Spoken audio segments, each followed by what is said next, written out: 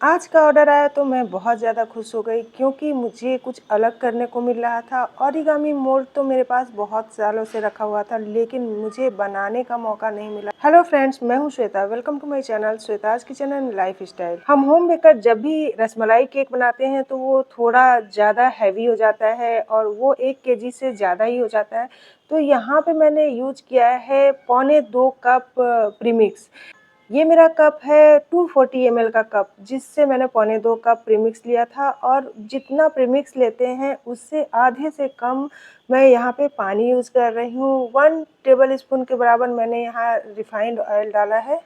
अब यही अगर कोई नॉर्मल सा केक होता या वनीला केक होता या फिर नॉर्मल स्ट्रॉबेरी या कोई भी क्रश वाला केक होता, बटर स्कॉच केक होता, तो यहाँ पे प्रीमिक्स की मात्रा मैं ज़्यादा लेती।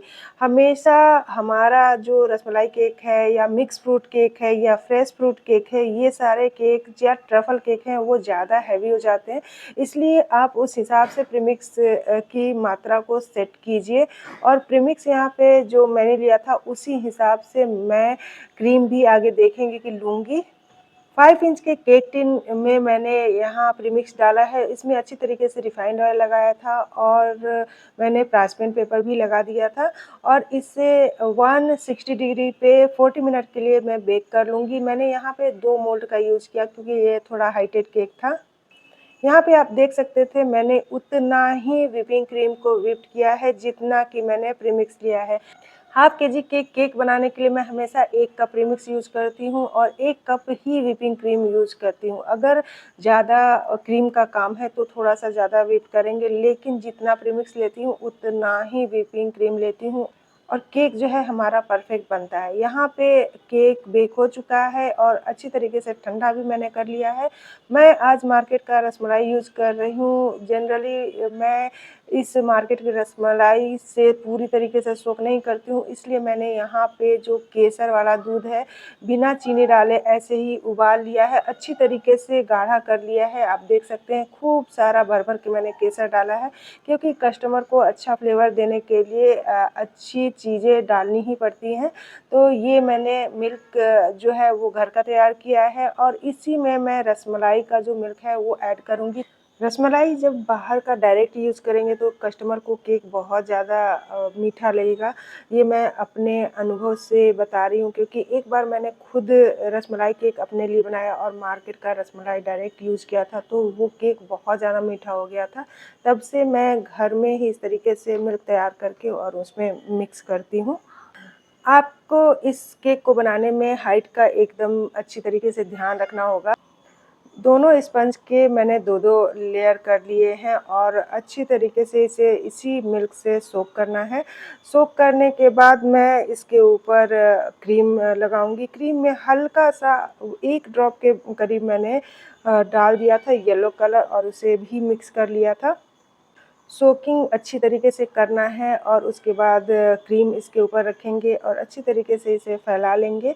फैलाने के बाद मैं बादाम और पिस्ते के टुकड़े को अच्छी तरीके से इसके ऊपर डालूँगी और फिर मैं यहाँ पे 1.5 रसमलाई का यूज़ कर रही हूँ क्योंकि कस्टमर का कहना था कि अच्छी तरीके से रसमलाई का यूज़ करना है।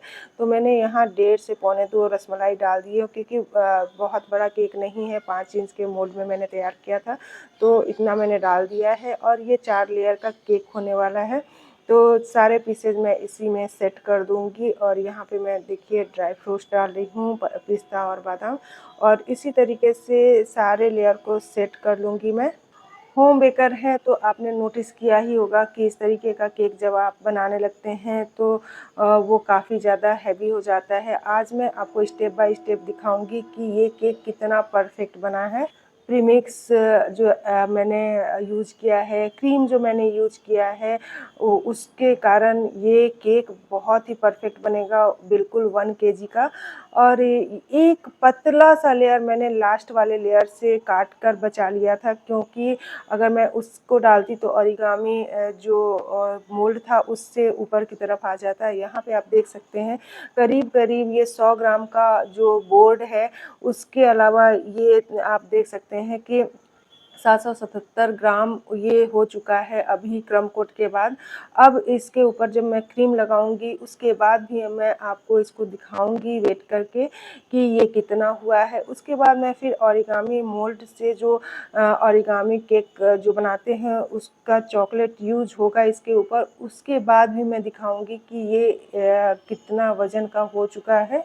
तो अगर आप इस तरीके का केक बनाने वाले हैं तो ये वीडियो आपके लिए बहुत हेल्पफुल है। और अगर आपको ये वीडियो हेल्पफुल लगेगी तो ज़रूर वीडियो को लाइक और शेयर कीजिएगा। चैनल पे नए हैं तो चैनल को सब्सक्राइब ज़रूर कीजिएगा।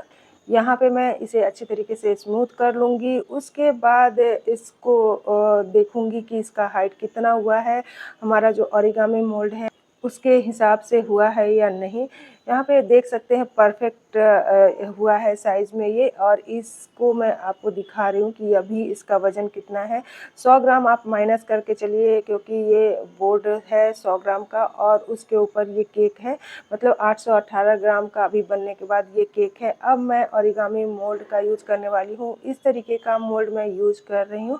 मैंने कस्टमर को फ़ोटो भेजा था गूगल से तो उन्होंने इस तरीके के शेप को ओके किया था। तो यहाँ पे मैंने अच्छी तरीके से मोल्ड को साफ़ कर लिया है और पूरी तरीके से ड्राई कर लिया है।